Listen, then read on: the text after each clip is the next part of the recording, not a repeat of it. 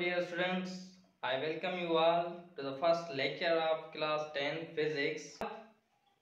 तो आज क्लास 10 की फिजिक्स में हम चैप्टर नंबर 1 पढ़ने जा रहे हैं जो कि जनरल वेव प्रॉपर्टीज है।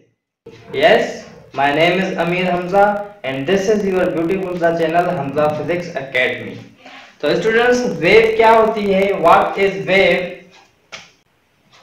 तो students wave like for example हमारे पास एक स्ट्रिंग होती है, ठीक है। इस कंडीशन में ये स्ट्रिंग, ये रस्सी जो है वो रेस्ट पोजीशन में है या फिर इसको हम कहते हैं इक्विलिब्रियम पोजीशन, ठीक है। अभी जैसे ही मैं इस स्ट्रिंग को अप एंड डाउन मूव कराऊंगा तो इस स्ट्रिंग में एक वेव पल्स प्रोड्यूस हो जाएगा इस तरह से, ठीक है। अगर इस स्ट्रिंग को हम up and down bar bar move कराएंगे तो इस स्ट्रिंग में इस तरह की वेव्स प्रोड्यूस हो जाएंगी, ठीक है। वेव क्या होती है? तो इसको हम क्या कहते हैं? वेव कहते हैं, ठीक है। अभी इसको हम किस तरह से डिफाइन कर सकते हैं कि हमने एक स्ट्रिंग में क्या किया? डिस्टरबेंस प्रोड्यूस किया, जो डिस्टरबेंस ट्रेवल कर रहा था मीन पोजीशन से या इक्विलिब्रियम पोजीशन से, ठीक है। तो वेव की एक ये डेफिनेशन आ गई कि वेव एक डिस्टरबेंस है जो कि ट्रेवल करता है फ्रॉम इक्विलिब्रियम पोजीशन से, ठीक है। तो वेव की एक डेफिनेशन ये आ गई कि wave is a disturbance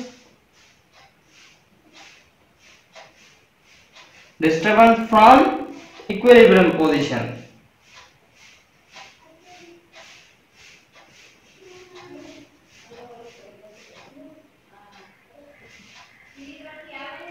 which wave is a disturbance from equilibrium position which travels, ठीक है। ये आ गई वेव की एक डेफिनेशन। और डियर स्टूडेंट्स वेव को हम वेव की एक और डेफिनेशन भी होती है। देखें कि इस रस्सी के केस में हमने इस स्ट्रिंग को क्या दिया? मैंने अपनी एनर्जी दी, ठीक है।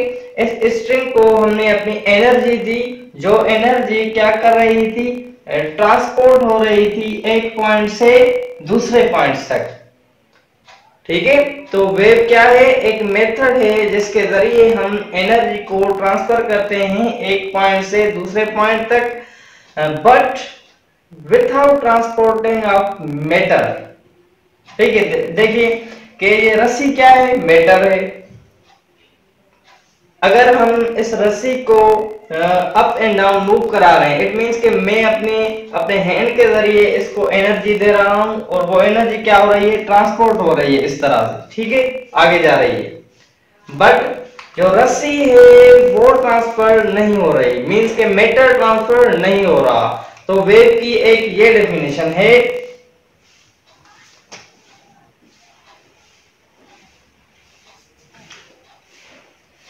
the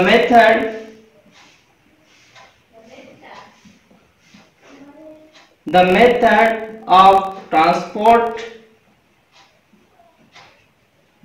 energy without transferring of matter, उसको हम क्या कहते हैं स्टूडेंट्स? उसको हम कहते हैं वेव। तो ये आ गई सिंपल सी डेफिनेशन वेव की कि वेव या तो एक डिस्टरबेंस है जो कि ट्रेवल करता है इक्विलिब्रियम पोजीशन से, या फिर वेव एक मेथड है जिसके जरिए हम एनर्जी को ट्रांसफर करते हैं एक पॉइंट से दूसरे पॉइंट तक, but without transfer of matter. Dear students तो हमारे पास ये एक वेव है,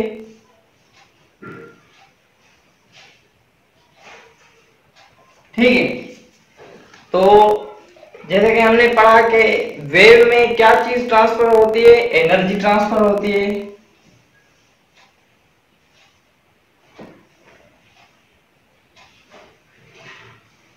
ठीक है। तो इस रस्सी में जो पार्टिकल्स होते हैं उनका क्या मोशन होता है? ठीक है। तो dear students, in the case of wave only energy transfer but particles does not transfer. ठीक है। तो इन अ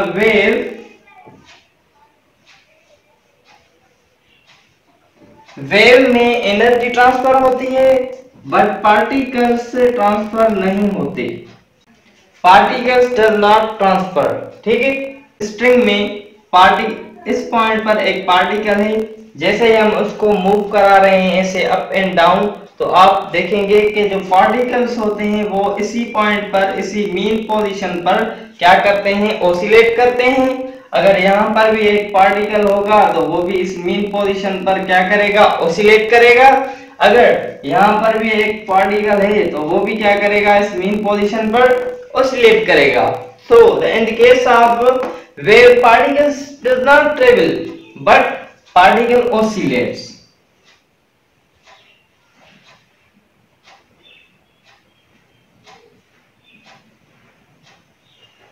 ठीक है। तो ये थे कुछ इंपॉर्टेंट पॉइंट्स कि वेव में एनर्जी ट्रांसफर होती है, पार्टिकल्स ट्रेवल नहीं करते बट पार्टिकल्स क्या करते हैं, ओसिलेट करते हैं। डियर स्टूडेंट्स, अब हम पढ़ेंगे कि फॉर्मेशन ऑफ वेव, यानी कि एक वेव किस तरह से फॉर्म होती है। ठीक है। तो जैसे कि हमने समझा कि हम जिस तरह से उस रस्सी में डिस्टरबेंस प्रोड्यूस कर रहे थे तो उसमें क्या हो रहा था, वेव फॉर्म हो रही थी। ठीक है। तो यही कॉन्सेप्ट है वेव को फॉर्म करने का कि किसी भी मीडियम में हम जब डिस्टरबेंस प्रोड्यूस करते हैं तो उस मीडियम में क्या होता है, wave produce. Disturbance in a medium cause the formation of wave. ठीक है। लाइक हमने एक एग्जांपल पढ़ा कि वेव्स इन स्ट्रिंग। हमारे पास जो एक रस्सी थी, हमने इस रस्सी में एक डिस्टरबेंस प्रोड्यूस किया तो उसमें इस तरह की एक वेव प्रोड्यूस हो गई।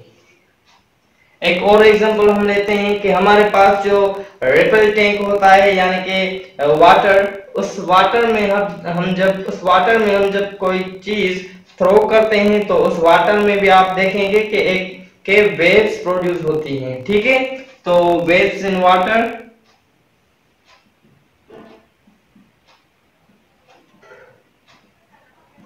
Water waves. तो इस तरह से आप जो है वेव्स को फॉर्म कर सकते हैं। आई होप कि आपको ये simple and easy concept wave का समझ में आ गया होगा कि वेव क्या होती है और उसको हम किस तरह से फॉर्म करते हैं। तो इंशाल्लाह नेक्स्ट लेक्चर में हम पढ़ेंगे टाइप्स ऑफ वेव्स। अगर आपको ये लेक्चर अच्छा लगा then subscribe Hamza physics academy for more on physics.